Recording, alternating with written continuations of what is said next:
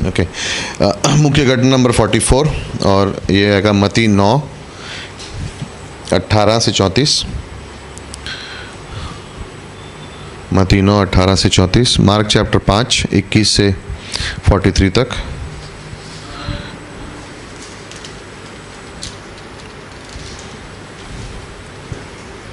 और इस मरकुस के 5वें अध्याय 21 से 43 तक उसके अंदर 2 हीलिंग है, उसके बारे में बाद में बात करेंगे। लूका 8, ओके, लूक चैप्टर 8 वर्सेस 40 से 50 तक। हाँ, ओके, सो लूका के 8वें अध्याय पे चलेंगे। लूका 8वें अध्याय पे चलेंगे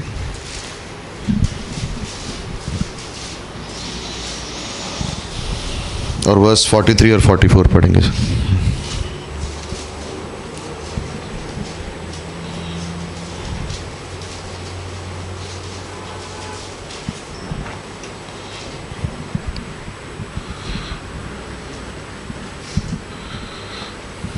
कोई भी पढ़ सकते जल्दी से 43 44।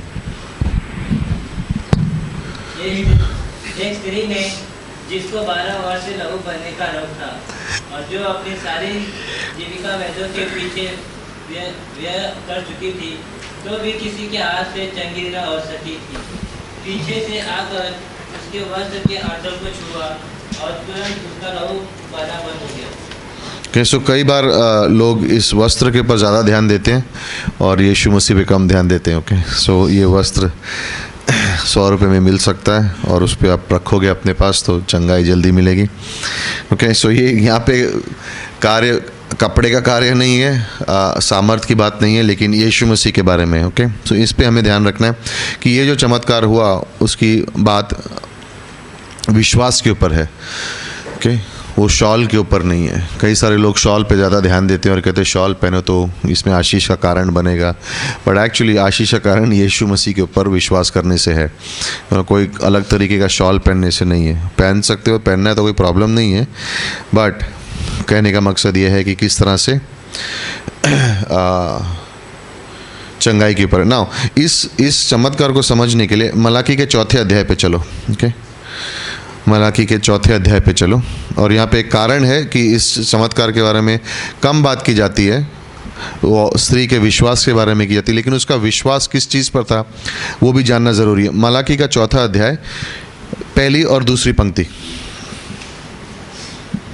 क्योंकि देखो वह धगधगते भट्ठे का सा दिन आता है जब सब अभिमानी और सब दुराचारी लोग अनाज की फूटी बन जाएंगे, और उस आने वाले दिन में वे ऐसे भस्म हो जाएंगे कि उनका पता तक न रहेगा। सेनाओं के यहोवा का यही वचन है। परंतु तुम्हारे लिए जो मेरे नाम का भय मानते हो, धर्म का सूर्य उदय होगा और उसकी किरणों के द्वारा तुम चंगे हो जाओगे। सो उसकी किरणों के द्वारा तुम चंगे हो जाओगे। जो किरणों के द्वारा तुम चंगे हो जाओगे, सॉरी आगे पढ़े हैं, उसको वर्स कंप्लीट कर लो। और तुम निकल कर पाले हुए बछड़ों के समान कूदोगे और फांदोगे। ओके, सो उसके संग चंगा हो जाएगा। अंग्रेजी में, इब्रानी में उसके पंखों के द्वारा है। ओके, जो वर्ड पंख है वहाँ पे, वो इब्रानी भाषा में अगर उसको ध्यान से देखा जाए तो कपड़े के कोने के बारे में है, उसके कपड़े के कोनों के बारे में है। तो धार्मिकता का सूरज के बारे में लिखा है, बट कहने का मकसद है कि यीशु मसीह खुद धार्मिकता का पुत्र सन ऑफ राइचियसनेस, जब वो इस धरती पर आया तो मलाकी 4 में क्या लिखा है कि उसके कपड़े के कोने को भी अंदर भी छुएंगे तो उसमें से चंगाई मिलेगी।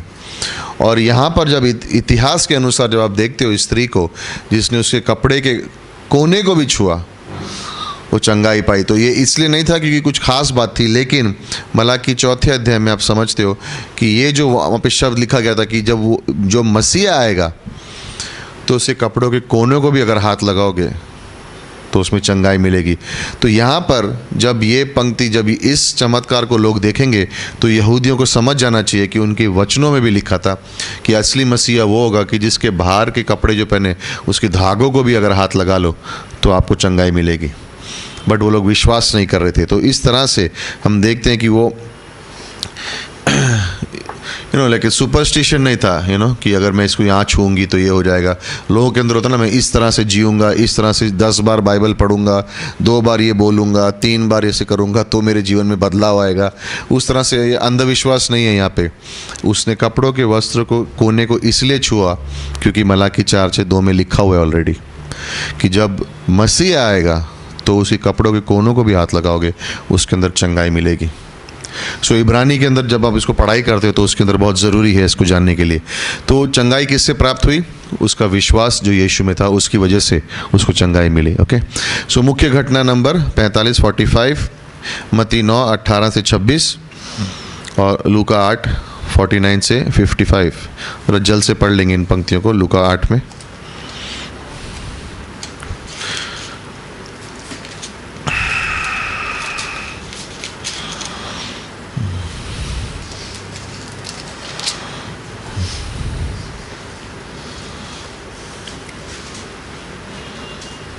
$49 से पढ़ना शुरू करेंगे प्लीज़।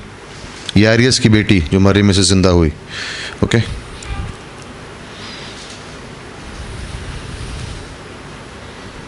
जो पहुंचा है वहाँ पे पढ़ना स्टार्ट कर दे, कोई प्रॉब्लम नहीं है। वह ये कह ही रहा था कि किसी ने आराधनालय के सरदार के यहाँ से आके कहा, तेरी बेटी मर गई, गुरु को दुख ना दे। यीशु ने यह सुनकर उसे उत्तर दिया, मत डर, केवल विश्वास रख तो वह बच गई। घर में आकर उसने पतरस, यूहन्ना, याकूब और लड़की के माता पिता को छोड़ अन्य किसी को अपने साथ भीतर आने न दिया। सब उसके लिए रो पीट रहे थे, परंतु उसने कहा, रो मत, वह मरी नहीं परंतु सो रही है। वह ये जानकर कि वह मर गई है उसकी हंसी करने लगे, परंतु उसने उनका हाथ पकड़ा और पुकार के कहा, हे लड़की उठ। तब उसके प्राण लौट आए और वह तुरंत उठ बैठी। फिर उसने आज्ञा दी कि उसे कुछ खाने को दिया जाए।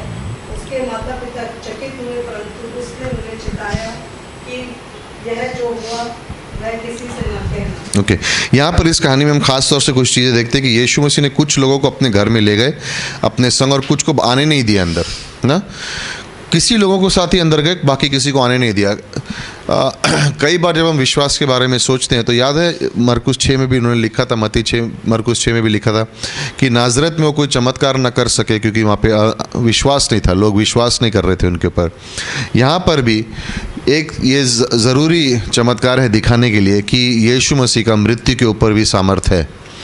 कोई मरा हुआ है लेकिन उसको भी ज़िंदा यीशु मसीह कर सकता है। दूसरी चीज़ यहाँ पे से हमें सबक जो मिलता है कि जहाँ पर विश्वास नहीं है, यीशु मसीह जिनके पास विश्वास नहीं था उनको बाहर रख दिया। वो सब रो पीट रहे थे, यीशु मसीह ने कहा कुछ नहीं हुआ है। 3 चेलों को लेके अंदर गए और उस घर के अंदर गए। जहाँ पर विश्वास नहीं है, जैसे हमने पिछली क्लास में भी बताया था, वहाँ पर यीशु मसीह भी क्यों कह रहे हैं यहाँ पर मैं कुछ नहीं कर सकता, बिकॉज लोगों के अंदर विश्वास नहीं है। तो अगर आप और मैं वहाँ होते, लाइक जब भी अगर आप बाइबल को पढ़ो और इस तरह से पढ़ो कि आप यीशु मसीह आपके सामने और आप भीड़ के बीच में हो, तो हमारा रिस्पॉन्स क्या होता जब यीशु मसीह कहता है यहाँ पे कि चिंता मत करो, विश्वास करो, वो ठीक हो जाएगी, और आपको पता है कि वो मर चुकी है, तो आपका और मेरा क्या सोच होगी ना। इसको गलत रीति से मत समझना, बिकॉज अगर किसी के हम डेथ के बारे में सुनते हैं तो हमने ये नहीं सोचना चाहिए कि अभी हम विश्वासी हैं, तो अगर किसी का डेथ होती है तो सीधा प्रभु यीशु मसीह के पास जाते हैं। इस समय में मरे हुओं को यीशु मसीह ज़िंदा कर रहा था, ये बताने के लिए कि मसीहा सिर्फ ये कार्य कर सकता है, इसलिए वो इस तरह के चमत्कार दिखा रहा था।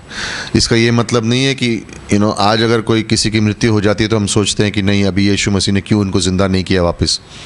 आज जब कोई व्यक्ति की मृत्यु होती है तो सीधा यीशु मसीह की विश्वासी यीशु मसीह के पास जाता है, तो उसके लिए हमको चिंता नहीं करना चाहिए, खुश होना चाहिए। संसार से छूट गए वो और प्रभु के साथ हैं, तो यहाँ पे जो प्रॉब्लम चल रही है उनके अभी उनको कोई प्रॉब्लम नहीं है वहाँ पे, फर्स्ट चीज़। बट सेकेंडली यहाँ पर हम देख रहे हैं कि जिनके पास विश्वास नहीं है यीशु मसीह उनको अंदर नहीं लेके जा रहे हैं। सिर्फ 3 चेलों को साथ में अंदर लेके गए और उनके माता पिता को, और सब रो रहे हैं उसके लिए, बट वो कह रहे हैं कि वो मरी नहीं है लेकिन सो रही है। उसके ऊपर भी कुछ लोगों ने हंसना शुरू किया। क्यों? अविश्वास। बट यीशु मसीह वहाँ दिखाना चाह रहा था कि यीशु मसीह का, परमेश्वर का मृत्यु के ऊपर भी सामर्थ्य है। लाइक मरा हुआ, इसका ये मतलब नहीं है कि उसको ज़िंदा नहीं कर सकता है, बट यीशु मसीह और एक गहरी चीज़ भी उनको सिखा रहा था। फिजिकल, शारीरिक मृत्यु तो अलग है, लेकिन आत्मिक मृत्यु से यीशु मसीह बचा सकता है। यह एक यहूदी वहाँ पे सोच भी रहे होंगे, लेकिन कोई विश्वास नहीं कर रहा, लेकिन यीशु मसीह उनको बताना चाह रहा है। सोचिए, ले गए अंदर सिर्फ 4 या 5 ही लोग अंदर थे, लेकिन जब वो लड़की ठीक होकर बाहर आएगी तो आसपास के लोगों ने भी तो जाना होगा कि अब ये मरी थी लेकिन ये ज़िंदा हो गई है, और उसको चंगाई देने वाला यीशु मसीह है। ये भी दर्शाता है कि आत्मिक रूप से अगर इंसान मर भी जाए, मरा हुआ भी है, जो पाप की वजह से है, यीशु मसीह उसको नया जीवन दे के स्वर्ग में लेके जा सकता है। तो उसकी काफ़ी सारी घटनाएं हैं जिसके बारे में हम सोच सकते हैं, लेकिन अगेन यहाँ पे सवाल वही मेन चीज़ यही है, उनके अंदर विश्वास नहीं था। ओके, नाउ मत्ती का 9:27 से 31, ये मुख्य घटना नंबर 46 है। ओके, मत्ती 9:27 से 31।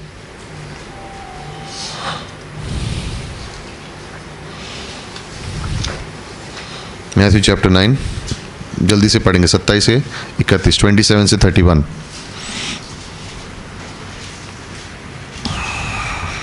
तुमसे सच कहता हूँ कि जो यहाँ खड़े हैं उनमें से कुछ ऐसे हैं कि जब तक परमेश्वर का राज्य ना देख लें तब तक मृत्यु का सवाल ना सकेंगे।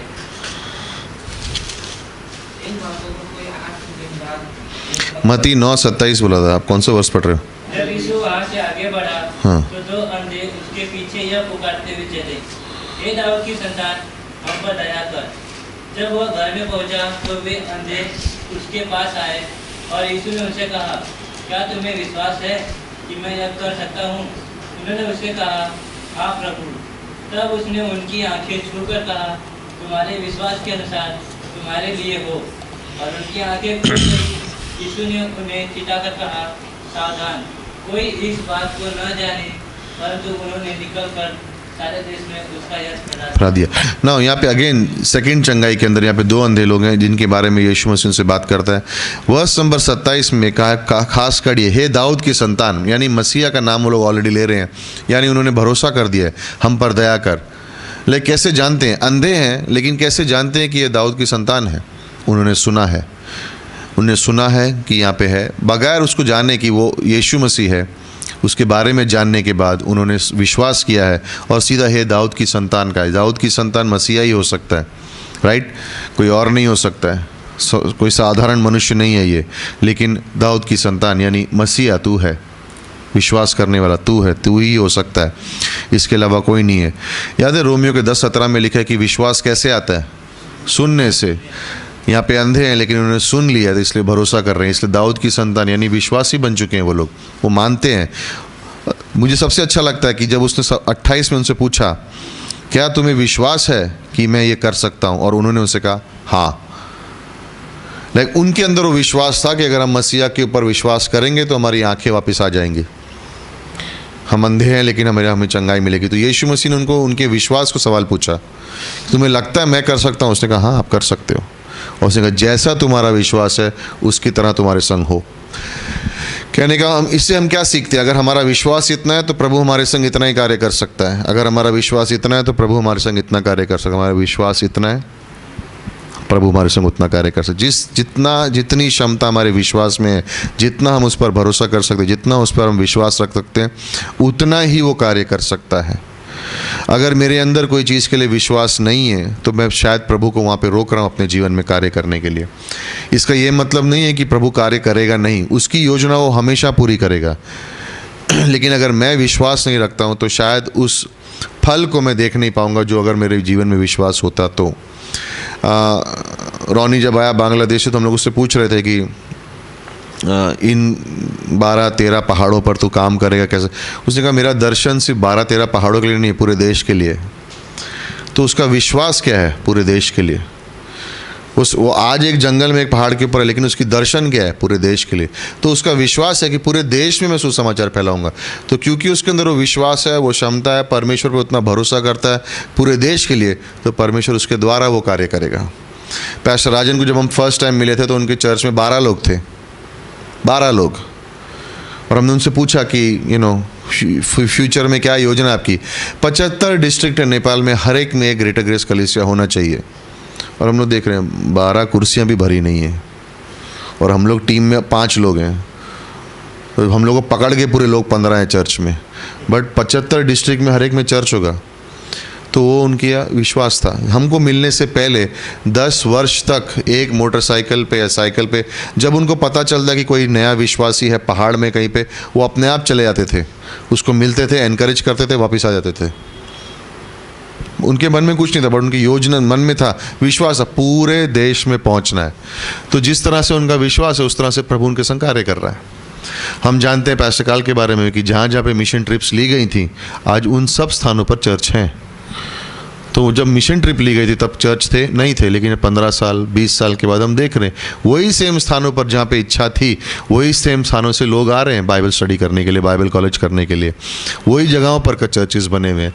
और हम सोच रहे हैं कि जहाँ पर नहीं गए वहाँ पे नहीं हो रहा है, अलग कार्य हो रहा है, लेकिन बम्बई की तरफ से वहाँ पर नहीं है। लेकिन जहाँ जहाँ पे गए वो उन्हीं स्थानों में, छोटे छोटे शहरों में, जहाँ पे 1 दिन रुक के गॉस्पल प्रीच की या 2 दिन रुक के गॉस्पल प्रीच की, ट्रैक बांटे और वापस आ गए, वहाँ पर भी कलीसिया स्थापित हो रहे हैं। और कोई लोग बोलते हैं हम यहाँ पे काम कर रहे हैं लेकिन हमें वहाँ पे कॉन्टैक्ट मिला और वहाँ पे हमारा काम शुरू हो गया। बोले ये शुरू कैसे हो रहा है? बट किसी एक इंसान ने विश्वास किया था परमेश्वर पे कि ये सारा कार्य पूरा हो सकता है। तो परमेश्वर का जवाब क्या है? जिस तरह से तुम्हारा विश्वास है उस तरह से तुम्हारे संग होगा। अगर तुम्हारा विश्वास इतना ही है तो उतने में ही ठीक रहे, चलेगा। लेकिन अगर तुम्हारा विश्वास है पूरे देश में पहुंचना है तो होगा। अगर तुम्हारा विश्वास है पास के देशों में भी जाना है, होगा, क्यों नहीं होगा? अगर जिस तरह से तुम्हारा विश्वास है, यहाँ पे यीशु मसीह कह रहा है जिस तरह से तुम्हारा विश्वास है, वर्स नंबर 29 में, तब उसने उनकी आंखों को छू कर कहा तुम्हारे विश्वास के अनुसार तुम्हारे लिए हो। और ये सब हमारे लिए भी है। ये वर्ष मैं सोचता हूँ हम भी सोच सकते हैं, मेरे विश्वास के अनुसार मेरे संग होगा। अगर मेरा विश्वास है कि प्रभु ये सब कार्य कर सकता है तो मेरे विश्वास के अनुसार प्रभु कार्य करेगा। ज़रूरी नहीं है कि उसी दिन कर दे या उसी महीने कर दे या उसी साल कर दे, उसके बाद भी कर सकता है, राइट। लेकिन जिस तरह से मेरा विश्वास है उसके अनुसार ही होगा। ओके तो इस तरह इस कहानी से हमें ये एक सीख मिली है कि हमारा विश्वास, हमारी कैपेसिटी, हम हमेशा याद रखें परमेश्वर को एक छोटे से डब्बे में बंद के मत कर रखना कि इसी तरह से परमेश्वर कार्य करता है। इसी तरह हमने देखा है कि परमेश्वर सिर्फ ये सीमित सीमा है परमेश्वर की, इतना ही करता है, इसी कार्य से ही करता है। परमेश्वर के लिए कोई सीमा नहीं है। परमेश्वर के लिए कोई एक ही तरीका नहीं है कार्य करने का, वो हज़ारों तरीके में कार्य कर सकता है जो हम सोच भी नहीं सकते। इसलिए यशा 55 में लिखा है मेरी सोच तुम्हारी सोच से कहीं ऊपर है। लेकिन हम हमारी सोच में परमेश्वर को एक डब्बे में मत डाल दो कि परमेश्वर इसी तरह से कार्य करता है और दूसरी तरह से नहीं करता है। उस पर भरोसा रखो। असंभव बातों के लिए भी भरोसा रखना ज़रूरी है, क्योंकि हमारे हाथ में नहीं है, परमेश्वर के हाथ में। जो परमेश्वर का कार्य है वो परमेश्वर कर सकता है। हमारी तरफ से हमारा कार्य क्या है? उस पर भरोसा करना, उस पर विश्वास करना कि ये कार्य परमेश्वर कर सकता है। मुझसे तो नहीं होगा, मैं जानता भी नहीं कैसे होगा, लेकिन वो कर सकता है। वो अंधों से परमेश्वर ने सवाल क्या पूछा? क्या तुम विश्वास करते हो कि मैं ये कर सकता हूँ? विश्वास क्यों पूछा? ये क्यों नहीं कहा कि तुमको लगता है मेरे अंदर वो काबिलियत है, मेरे अंदर वो सामर्थ है? वो सब नहीं पूछा तुम विश्वास करते हो कि मैं कर सकता हूँ? हाँ, तो तुम्हारे विश्वास के अनुसार हो, तुम्हारे विश्वास के अनुसार हो। मैं एक कलीसिया प्लांट करता हूँ और मुझे विश्वास है कि परमेश्वर उस कलीसिया से मिशनरी बाहर भेजेगा, और मेरा विश्वास है कि मैं इस एरिया में मुझे कार्य को छूना है और इस जगह जाना है। मेरे विश्वास के अनुसार अगर मैं उसको विश्वास में बना रखूँ, परमेश्वर उस विश्वास को क्या क्या करे, राइट। इब्रानी 11:1 में क्या लिखा है? किस चीज़ से परमेश्वर प्रसन्न है? विश्वास। उसके बिना उसको प्रसन्न करना संभव नहीं है। तो आप विश्वास के द्वारा ही परमेश्वर को प्रसन्न कर सकते हो। मैं बाइबल कॉलेज करना चाहता हूँ, 4 साल कंप्लीट कैसे करोगे? विश्वास होगा तो, है ना। ठीक है। नेक्स्ट 47 मत्ती का 9:32 से 34, 32 से 34, मैथ्यू चैप्टर 9। जल्द से पढ़ लेंगे प्लीज। जब वे बाहर जा रहे थे तो देखो लोग एक गूंगे को जिसमें दुष्ट आत्मा थी उसके पास लाए, और जब दुष्ट आत्मा निकाल दी गई तो गूंगा बोलने लगा। इस पर भीड़ ने अचंभा करके कहा, इस्राएल में ऐसा कभी नहीं देखा गया। परंतु फरीसियों ने कहा, यह तो दुष्ट आत्माओं के शैतान की सहायता से दुष्ट आत्माओं को निकालता है। ओके, सो यहाँ पर देख रहे हैं कि यानी दुष्ट आत्माओं के अंदर वो सामर्थ्य है कि किसी को गूंगा बहरा भी कर सकते हैं। यहाँ पर उसके बारे में दर्शन, यहाँ पे हमको इस बेसिक लेसन से हम देखते हैं कि उनके अंदर वो सामर्थ्य है, लेकिन यीशु मसीह ने उसको दुष्ट आत्मा को निकाला। और वहाँ पे गवाही किया वर्स नंबर 33 में, इज़राइल में ऐसा कभी नहीं देखा गया, कि कभी हमें जाना नहीं था कि इस तरह से भी हो सकता है। कई सारी बीमारियां कभी कभी लोगों के अंदर जो होती हैं बिकॉज दुष्ट आत्मा की वजह से होती हैं। और याद रखना, एक लोग जब नशे में फंसते हैं, तो जब वो नशे के आदी हो जाते हैं, उसके पीछे भी कोई आत्मा है जो उनको बोलती रहती है कि वापस जाओ उस नशे में, वापस जाओ उस नशे में, और इंसान के ऊपर बंदी बना सकती है उसको। हो सकता है कि कभी इस तरह से भी ऑफकोर्स इंसान चूज़ करता है, चुनता है कि वो नशे में जीने के लिए, बट कभी कभी दुष्ट आत्मा भी उसको उस नज़रिए से, उस एरिया में, उसको उसके मन में विचार डाल के उसको उस नशे का बंदी बना सकती हैं। तो और इसलिए प्रार्थना करना ज़रूरी है यीशु के नाम से कि उनको उस दुष्ट आत्मा के सामर्थ्य, उस शैतान के उस कार्य से छुटकारा मिले, उस बंदगी में जो बंद गया है उसके वो जैसे चेन को तोड़ दो। तो याद है यीशु मसीह ने कहा था कि ये साधारण से नहीं, लेकिन प्रार्थना और उपवास से निकलने वाले हैं।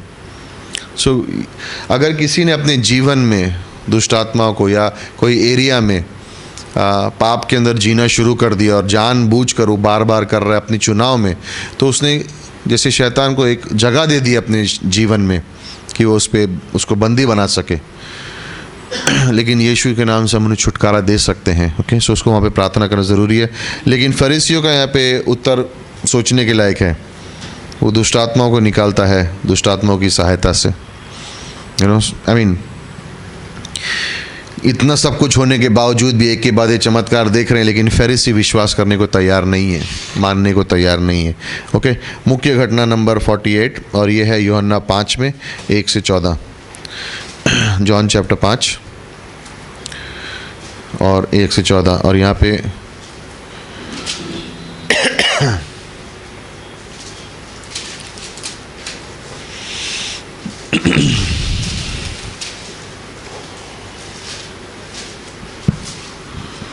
जल्द से कोई पढ़ लेगा क्विकली। इन बातों के पश्चात यहूदियों का एक पर्व हुआ और यीशु यरूशलेम को गया। यरूशलेम में भेड़ फाटक के पास एक कुंड है जो इब्रानी भाषा में बैतसैदा कहलाता है। उनके 5 औसार हैं। इनमें बहुत से बीमार, अंधे, लंगड़े और सूखे अंग वाले पानी के हिलने की आशा में पड़े रहते थे, क्योंकि नियुक्त समय पर परमेश्वर ने स्वर्गदूत कुंड में उतरकर पानी को हिलाया करते थे। पानी हिलते ही जो कोई पहला उतरता वह चंगा हो जाता था, चाहे उसकी कोई भी बीमारी क्यों न हो। वहाँ एक मनुष्य था जो 38 वर्ष से बीमारी में पड़ा था। यीशु ने उससे पड़ा हुआ देखकर और यह जानकर कि वह बहुत दिनों से इस दशा में पड़ा है, उससे पूछा, क्या तू चंगा होना चाहता है? उस बीमार ने उसको उत्तर दिया, हे प्रभु, मेरे पास कोई मनुष्य नहीं कि जब पानी हिलाया जाए तो मुझे कुंड में उतारे, परंतु मेरे पहुँचते पहुँचते दूसरा मुझसे पहले उतर जाता है। यीशु ने उनसे कहा, उठ, अपनी खाट उठा और चल फिर। वह मनुष्य तुरंत चंगा हो गया और अपनी खाट उठाकर चलने फिरने लगा। वह सब्त का दिन था, इसलिए यहूदी उससे जो चंगा हुआ था कहने लगे, आज तो सब्त का दिन है, तुझे खाट उठाना उचित नहीं। उसने उनसे उत्तर दिया, जिसने मुझे चंगा किया उसी ने मुझसे कहा, अपनी खाट उठा और चल फिर। उन्होंने उससे पूछा, वह कौन मनुष्य है जिसने तुझसे कहा, खाट उठा और चल फिर? परंतु जो चंगा हो गया था वह नहीं जानता था कि वह कौन है, क्योंकि उस जगह में भीड़ होने के कारण यीशु वहाँ से हट गया था। इन बातों के बाद वह यीशु को मंदिर में मिला। यीशु ने उनसे कहा, देख, तू चंगा हो गया है, फिर से पाप मत करना, ऐसा न हो कि इससे कोई भारी विपत्ति तुझ पर आ पड़े। ओके, फर्स्टली वर्स नंबर 14 मैंने जानबूझ के पढ़वाया। इसका ये मतलब नहीं है कि अगर हम बीमार हैं तो इसका मतलब है कि कोई पाप किया है उसकी वजह से। ओके, वर्स नंबर 14 को देख के बहुत से लोग बोलते हैं ये भी इंसान बीमार है क्योंकि उसने पाप किया। ना, बीमारी के 8 अलग अलग कारण हैं, और अगर आपको जानना है तो आप पास्टर का मैसेज पढ़ सकते हैं जो उन्होंने इस टॉपिक के ऊपर सिखाया था। हाँ, पाप करना कारण हो सकता है किसी की बीमारी का होने के लिए। पहले यूहन्ना 5:16 में ये भी लिखा है कि ऐसी एक बीमारी है, ऐसा एक पाप है जिसके लिए प्रार्थना भी मत करो। मतलब वो इतना पाप में व्यक्ति घुस गया कि परमेश्वर अब उसको उसको मार सकता है इन अ वे, और वो मृत्यु हो सकती है उसकी। मैं कहा उसके लिए पाप भी मत, उसके लिए प्रार्थना भी मत करो। तो क्या पाप की वजह से इंसान बीमार हो सकता है? हाँ, लेकिन हमेशा कोई बीमार हो तो इसका ये मतलब नहीं उसने पाप किया है। सो फर्स्ट वो। सेकेंडली, वर्स नंबर 4 जो है, कई सारी बाइबल्स में, ओरिजिनल बाइबल में ये पंक्ति नहीं है जहाँ पे लिखा है पर वर्स नंबर 4 में, ओके, कि क्योंकि नियुक्त समय पर परमेश्वर का स्वर्गदूत कुंड में उतर के पानी को हिलाया करता था। ये जैसे मानो एक एडवर्टीजमेंट है। बहुत सारे वचनों में ओरिजिनल जहाँ से अनुवाद किया गया ये पंक्ति नहीं है। अगर आपकी बाइबल में तो शायद ब्रैकेट होगा, 34 पंक्ति ब्रैकेट से शुरू होती है और ब्रैकेट में ख़त्म होती है। कहने का मकसद है कि कई जगह पे ओरिजिनल लैंग्वेज में ये पंक्ति नहीं है। तो शायद है, शायद नहीं है, लेकिन मोस्टली विश्वास किया जाता है कि पंक्ति नहीं है। इसका ये मतलब नहीं है कि वो मनुष्य 38 वर्ष से उधर पड़ा हुआ था, 38 वर्ष से बीमार था और वहाँ पे हाल ही में कोई उसको उस पुल के पास लेके आया हुआ था। ओके, जो दूसरी पंक्ति में लिखा ना कि यरूशलेम के भेड़ फाटक के पास एक कुंड में, तो ये कुंड के पास हाल ही में उसको लाया गया था, लेकिन 38 वर्ष से वो बीमार था, वो रियलिटी है। लेकिन इसका ये मतलब नहीं कि 38 वर्ष से वो पुल कुंड के पास पड़ा हुआ था। ओके, सो ये 2 चीज़ें हमेशा क्लियर रखना अपने जीवन में। सेकेंडली, जब हम पाप के बारे में सोचते हैं और जब हम बीमारी के बारे में सोचते हैं तो हाँ, ऐसे कुछ पाप हैं जिसकी वजह से इंसान बीमार पड़ सकता है। ओके, शारीरिक रूप से पाप होते हैं, लोगों को एड्स हो जाता है, वो पाप की वजह से है, तो उसमें हमको उससे लोगों को सावधान रहना चाहिए। लेकिन ये चमत्कार परमेश्वर ने यहाँ पे एक चिन्ह के रूप से दिखाया है, एक साइन है ये। ओके, नाउ यूहन्ना 5:19 से लेके, ओके, जॉन चैप्टर 5:19 से लेके 47 तक परमेश्वर यीशु मसीह 4 सबूत देगा कि वो मसीहा है। ये आपके जानने के लिए ज़रूरी है। तो मैं वर्सेस दूंगा, आप उसको लिख लेना, और मेन वर्सेस में आपको पढ़ा दूंगा। 4 चिन्ह यीशु मसीह बताएगा, 4 सबूत देगा कि वो सच में मसीहा है। ओके, ये उनके लिए जानने के लिए। इसके पहले व्यवस्था विवरण 19, 15 से 18 जल्द से जल्द पढ़ लेंगे, क्योंकि जो भी परमेश्वर अपना यहाँ पर सबूत दिखा रहा है उसमें 2 या 3 गवाह होना का ज़रूरी है। ये बताने से पहले यीशु मसीह उनको यूहन्ना 5:19 से लेके 47 तक इनको ये सिखाएगा। नाउ व्यवस्था विवरण 19, 15 से 18 तक जल्द से पढ़ लेंगे।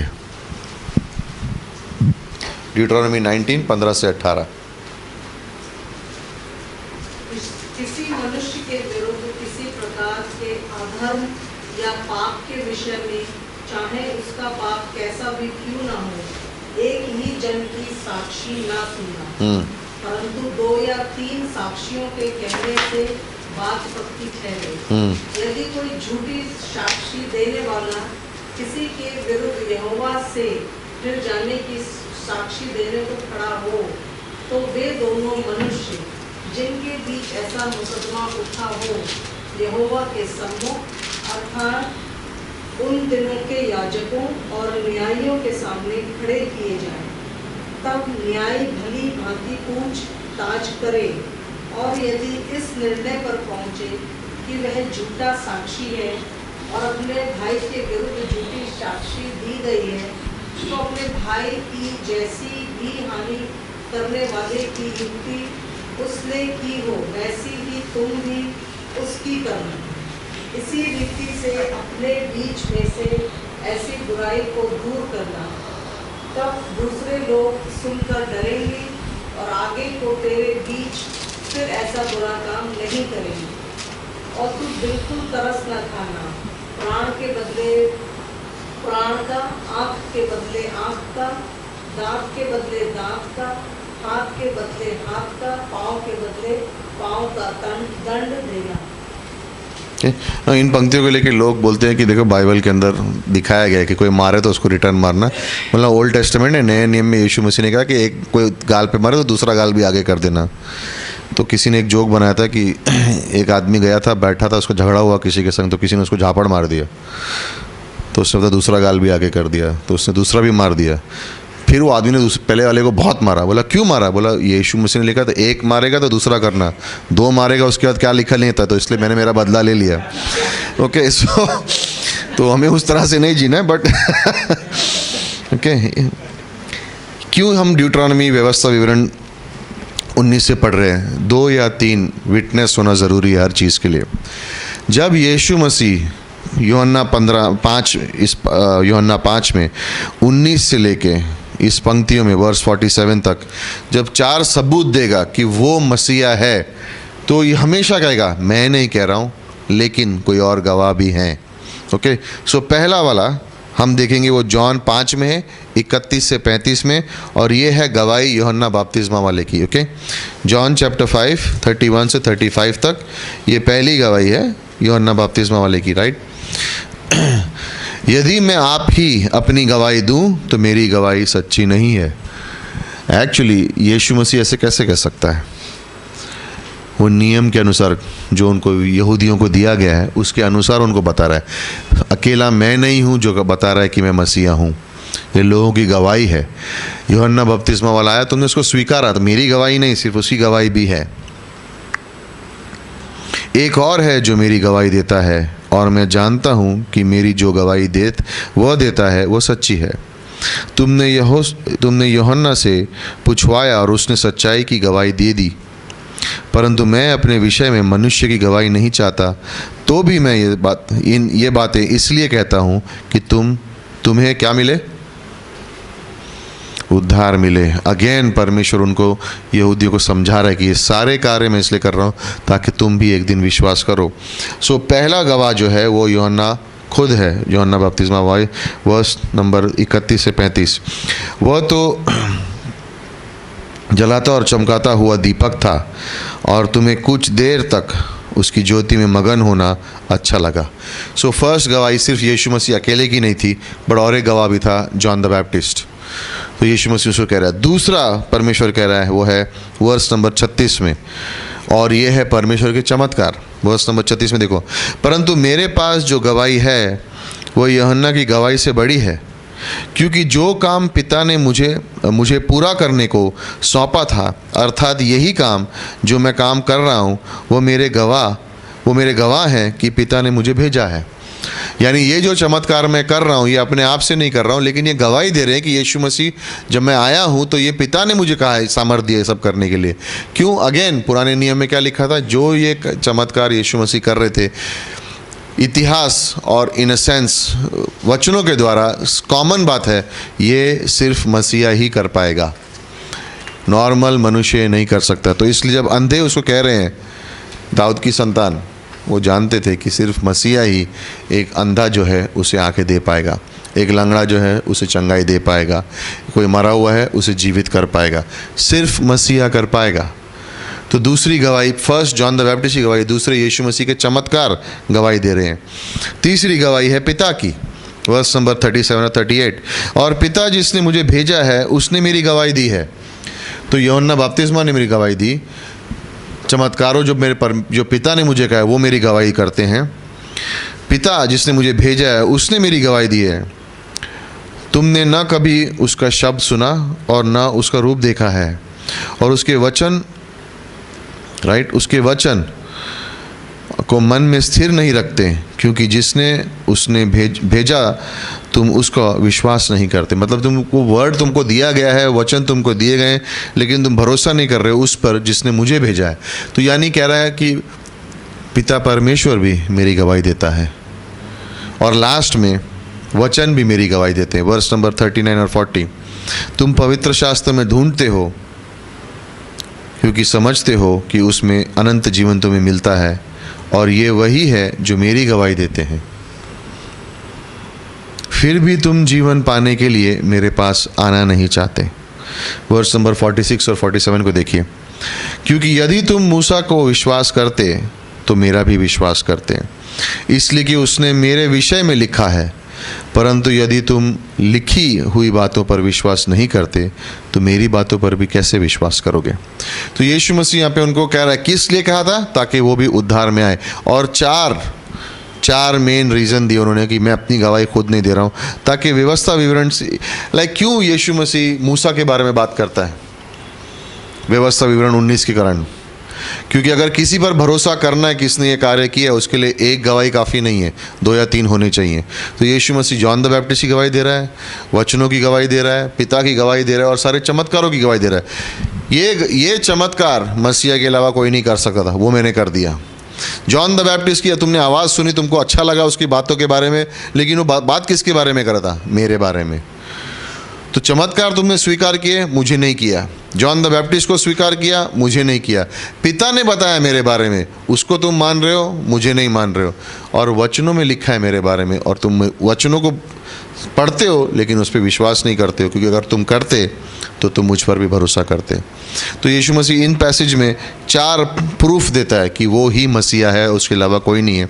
और फिर भी ये लोग ने उस पर विश्वास करना शुरू नहीं किया। यहूदी याजक जो थे, यहूदी जो फ़ैरिसीज़ थे, यरूशलेम के जो मुख्य लोग थे, किसी ने ऊपर नहीं किया। और इसलिए आप देखोगे अगले थोड़ी देर के बाद कि यीशु मसीह यरूशलेम छोड़ के निकल जाता है, क्योंकि जो उसको कार्य करना था, जो उसको दर्शाना था, यहूदियों को बताना था और सारे उद्धार के लिए उनको जो दिखाना था, सब कुछ उसने पूरा कर दिया। और अंत में उसने उनको गवाही भी दे दी कि ये हो रहा है।